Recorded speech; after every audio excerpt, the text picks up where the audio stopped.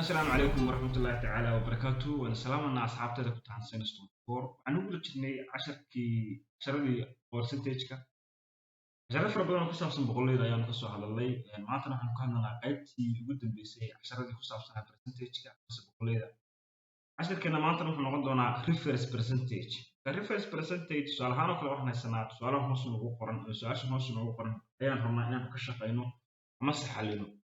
فالسؤال كله واحد ودي إن تست أحمد answered 92% of the questions correctly سقاشن يلو percentage أيو صحة سؤالي اسمه كتشوابه هلا سقاشن يلو percentage صحة وتشوابي سؤالي يسي في answered 93 questions correctly هذا استعلاء سؤال صحة وتشوابي how many had he got wrong من إمسو خلص سؤاله فكا استعلاء سؤال صحة وتشوابي سقاشن يلو percentage نوه هلا إمسو سؤال بخلطي سؤالي تحانك بخلطي فكا برسنتيجدii hore waxaan soo baranay awal hore aanu casharadii hore ku soo baranay inaan saddex aanu formulada aan haysanay percentage b ana leedaysiinay ama aan doonay iyo originalki shaygu intuu ahaa ama original value ama original price-kii iyo amount-ka saddexdaasaynu baynu haysanay laakiin reference percentage wuxuu ka duwan yahay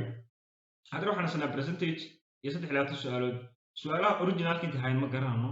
inta uu khalday baa layna weydiiyey marka waa inaanu soo dhex marnaa su'aalihii hore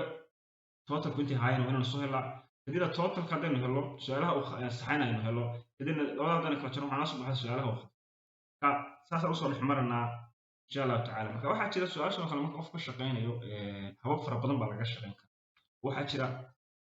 هب بقف مك سو وتعليها منها كوف بقف كشقين كرامة هاو كلنا إن شاء الله تعالى ونتصدقنا لكن ما هو واضح عن مقف منه ورتو واحد غيستو يوحد فرادين يرفهم هذا القرآن الصحيح وحلين السيء marka waxaan haysanaa hadda 92% marka b waan haysanaa aan soo barnay oo percentage hore soo casharada hore aan soo barnay b percentage 92% baan haystaa waxa kale oo su'aalaha ka jawaabay amount ugu su'aalahaas uu ka jawaabay oo ah amount 23 su'aalood waxaan amount ay la mid tahay 23 questions 23 su'aalood buu ka jawaabay si sax ah waxa la weydiiyay intuu khalday su'aashaas intuu khalday shay ma ogi automatic ahay su'aashaas la weydiiyay marka waxaan qoranaa hadda halkan waxaan ku qornaa solution keena waxaan soo barnay formuladii ahayd formuladii percentage-ka aan kaga shaqeynaya soo barnay amount-igu wuxuu la mid ahaa original value of original production gibi ahaan totalaan shaygu intuu ahaa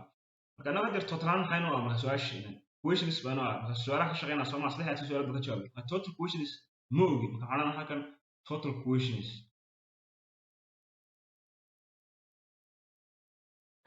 oo lagu dhuftay percentage oo b percentage marka bida boqolkaas hoos baan dhigan karaa hoos baan ku qori karaa bas meeshii ama halkaas aan dhigan karaa haddaan hoos hadda aan ku qoro tusaalahan oo kale haddaan waxaan karaa hoos ugu qoro noqonaysaa boqolkan hooseeya soo noqon doona hoos buu imaan doona marka amount-ga hadda waan haystaa 23 su'aalood b waan haystaa 92 in boqol hooseeya hoos buu yimid total questions kama garanay marka anaga hadda waxaan doonaynaa total questions markaan helo su'aalaha ka jawaabina aan helo labadaasaan kala jarana kadib intuu su'aalaha khaldan baan soo baxsan marka total waxay noqonaysaa sababta formula waxa ka dhigaya total questions sababta formula ka dhigaya sababta formula sida looga dhigana casharada fara badan baa kaga soo hadlay casharada soo daawan kartaa hadda aan qoso sababta formula loo sameeyo total questions maxaa la mid noqonaysaa total questions waxa la mid noqonaysaa isku dhacaya boqolkaas iyo amount-kaas isku dhacaya marka waxaan noqonaysaa amount oo lagu dhuftay boqol oo loo qaybiyey percentage-ku b-daas intaas ku helaya marka intaan markaan formula saa usoo dhiraandhiriyo kadib intaan baa isku bedelanaya marka waxaan odhanayaa total questions waxaa la mid noqonaysaa total baa soo qaabinaya total questions waxaa la mid noqonaysaa amount-ga waxaan haystay 23 inta baan ku bedelay 23 ku bedelay marka 23 su'aalood oo lagu dhuftay boqol oo loo qaybiyey 92 maxay soo baxaysaa 2,300 loo qaybiyey 92 waxay la mid tahay 25 su'aalood. marka waxaan ku qoran karaa totalka total questions waxay la mid noqonaysaa 25 questions. marka ardaygaas 25 su'aalood imtixaanka ku koobnaa 25 su'aalood. marka hadda maadaama 25 su'aalood imtixaanka uu ka koobnaa aan helay imtixaankaas 25 ka kooban yahay aan helay su'aaluhu ka jawaabay si sax ah u jawaabay 23 ay ahaayeen inta su'aalood uu qalday uu helay ma soo saari karaa. marka waxaan oranayaa waxay la mid tahay 25 oo laga jaray 23 su'aalood. marka questions raacina 25 questions laga jaray 23 waxay la mid tahay 2 questions. marka Ahmed laba su'aalood buu imtixaanka khalday. marka Ahmed got 2 questions wrong. marka dadna waxaan ku qorayaa hadhow marka su'aasha waa inaad marka su'aal lagu weydiiyo su'aasha oo kale saas oo kale micnihii eray ahaan hadhow marka imtixaanka ku jiri waa inaad si eray ahaan uga jawaabto. marka Ahmed got 2 questions wrong. marka Ahmed laba su'aalood buu khalday imtixaankaas. marka asaasaan uga shaqeynayaa markaan rabo inaan soo raadiyo. marka waxaan soo dhex marnay formuladii aan naqaanay. marka waxaa muhiim ah qofku inuu formulooyinkaas magaranaysaa uu garanayo marka iskuna bedeli karo waxa magaranaysaa la siiyay fahmi karo. marka xisaabta luqadda dad ku baro ama French ku baro ama English ku baro ama Dutch ku baro ama luqad kale ku baro waa isku wada mid. xisaabta luqadda dad ku baro xisaab Soomaaliya hadaan ku barno waa isku wada mid. luqaddu waa xisaabu waa isku wada mid adduunka magaranaysaa. kaliya waxa weeye inaad fahantido waxa laga doonayo waxa haysato iyo waxa raadinayso xogaa yarna magaranaysaa magaranaysaa aad baratid magaranaysaa formulooyinka subject formula looga dhigo. marka inta markaa taqaanay saas uga shaqeyn kartaa.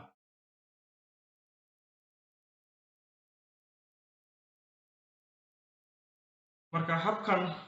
waan kaga shaqeynay habkaas aan ku saarnay. marka kaas waa methodka koowaad waa habka koowaad oo haddaan bixin hadda habkan oo kale waxaan bixin karnaa method 1. marka waa habka koowaad noqonaa method 1 oo kale micnaheedu waa methodka koowaad. waxaa jira marka qaybo siyaabo kale kaga shaqeyn karaa habab kale kaga shaqeyn karaa. marka habab kale haddaan insha Allah kaga shaqeyno waxaan oran karnaa oo kale method 2 habka labaad kaga shaqeyn karno.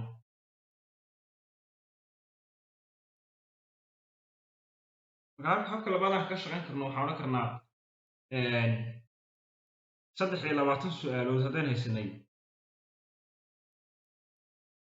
23 su'aalood 23 waxay u dhigantaa 92% u dhigantaa.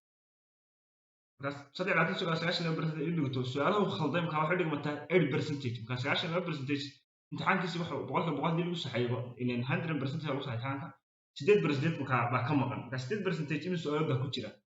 waxaan 8% in su'aalood u dhigantaa. marka su'aalaha u dhigantaa soo saaraya. marka qaybtan sidan kan aan kaga shaqeynayo 23 inta u dhiganto waxa weeye waa saamigalkii. marka saami ahaan sida saamigalka uga shaqeynaya waxaan umaleynaya inaad saamigalka waxa aad iskool ku barateen insha Allah casharana ka soo samayn doonaa. marka saamigalku waa laba qaybood waa saamigal toos ah iyo saamigal aan toos ahayn direct proportional iyo indirect proportional. marka haddana direct proportional waxa haddii y direct proportional ay la tahay x oo kale marka taa micnaheedu waxay ahayd haddii y korodho x na way kordhisaa haddii x korodho y na way kordhisaa. marka direct proportional haddii mid korodho kala wada kordhiya. marka waxa la direct proportional isku xidhan yihiin. marka taa wuxuu inoo ahaa direct proportional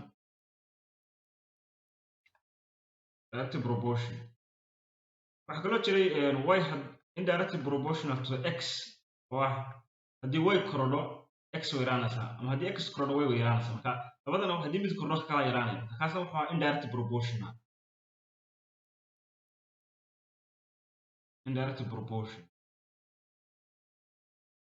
labadaas kala duwan yihiin saamigalka tooska direct proportional iyo indirect proportional saamigalka aan tooska ahayn. marka taa waxaan uga jeednaa hadda 23 su'aalood 92% yahay haddii percentage 8% yahay in su'aalood ku jiri kara. marka su'aaluhu ma yaraanayaan min 8% su'aalo 23 kalmi ka sii yaraanayaan oo min su'aalaha ku jira 23 su'aalo 92% ay noqotay 8% in su'aalood ku jiri kara. haddii percentage ku yaraaday su'aaluhu way yaraan doonaan oo because of 23 su'aalood 92% 8% su'aaluhu inay yaraan su'aalo ku jiri kara. marka indirect proportional haddii percentage ku yaraaday kana uu yaraanaya. marka taasaan uga jeednaa marka taa marka direct proportionalka aan ka shaqeynay sideeda percentage maadaama ay labada isla yaraanayaan oo isku dhacayaan cross multiplication marka cross multiplication waxa weeye labadana isku dhacaya kana ku dhacaya marka cross isku dhufaan haddaan cross multiplication waxa wadnaa kana x kana ku dhacsaa kana xagan kana ku dhacsaa x ku dhacsaa marka isku dhufaan cross multiplication isku dhufaan sax sharad cross multiplication isku dhufto waxay soo baxaya 23 su'aalood oo lagu dhuftay oo lagu dhuftay 8 ka percentage goosanaya labada percentage 8 oo loo qaybiyay 92 inta markaas ku dhufto waxay soo baxaysaa two questions marka toos aan u helaya labada su'aalood inuu khalday Axmed labada su'aalood oo khalday taanka in 8% waxa ku jira laba su'aal marka labada su'aalood buu khalday marka hadii hadda la weydiin lahaa su'aalood buu khalday laba su'aalood total kina su'aal labaad oo dheer b inta su'aalood taanku ha marka asku daray 3 su'aalood oo lagu daray su'aal uu khalday waa 2% ka 5 su'aal hasan ku marka habkan wax ka shaqeyn karaa habkaasna insha Allah 10 hoos min doonaa direct proportional insha Allah loo shaqeeyo marka habkan wax ka shaqeyn karaa habka saddexaad oo kale waxaan oran karaa hadda method 3 oo kale ka shaqeyn karaa kale method 3 waxa weeye kan laftigiisu hadda 8% wax ka shaqeynay marka ugu soo xantagi doona 1% hadaan helo 8% na mid noqon kara heli karaa waxaan oran karaa 23 su'aalood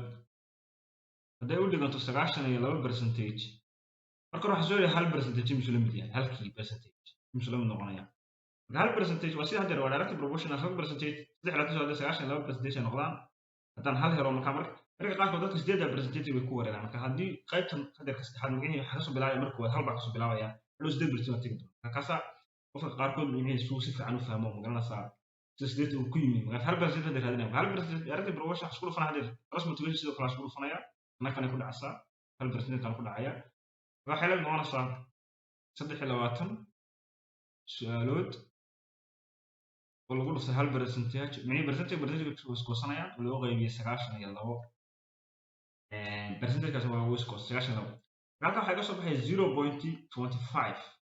ka 0.25 mini u dhiganta 1% question soo u dhigma marka 0.5 kaas waxa ku dhufanaya marka 8% ay noqoto 8 ku dhufanaya waxaan noqonaysaa marka 0.25 oo lagu dhuftay 8 waxa soo baxay two questions su'aalood khaldan laba su'aalood two questions aku khaldan هذا راح يرى 1% كده استيد هوسو 6% هادو مكان 6% وتعاك من 9 6% بخم مقنع حسب كل هذا كلام marka saddex hab kan doona ku raadin karaa saddex hab niki food ku raadin karaa marka asaas loo shaqeeyo inverse proportion inay taasoo muhiim magaca qofku inuu yaqaano magaca add proportional iyo indirect proportional bada taamsaamgalka tooska ah saamgalkan tooska ahayn saasan kaga shaqeynana oo saasan ku heli karnaa mini proportionalada